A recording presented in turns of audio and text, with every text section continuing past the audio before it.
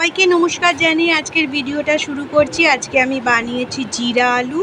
তো আমি আলুটাকে প্রথমে সেদ্ধ করে নিয়ে ছোট ছোট করে কেটে নিয়েছি, তারপর আমি এটাকে বানিয়েছি।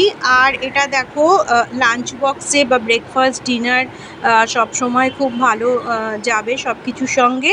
তো এসে দেখি আমি কিভাবে বানিয়েছি। কারি পাতা নিয়েছি, বেশ খানিকটা জিরে নিয়েছি, ধরো বড় চামচের ভর্তি করে 2 চামচ নিয়েছি। টমেটো নিয়েছি, আলুটা সেদ্ধ করে ছোট ছোট করে কেটে নিয়েছি, রিফাইন অয়েল ইউজ করেছি, লঙ্কার গুঁড়ো দিয়েছি, নুন দিয়েছি, আর কোনো রকম হলুদ আমি ইউজ করিনি দেখো। আর রিফাইন অয়েলের জায়গায় তোমরা বাটার বা ঘিও ইউজ করতে পারো, আর সর্ষের তেল ইউজ করলে ওপর থেকে একটু ঘি ছড়িয়ে নিতে পারো।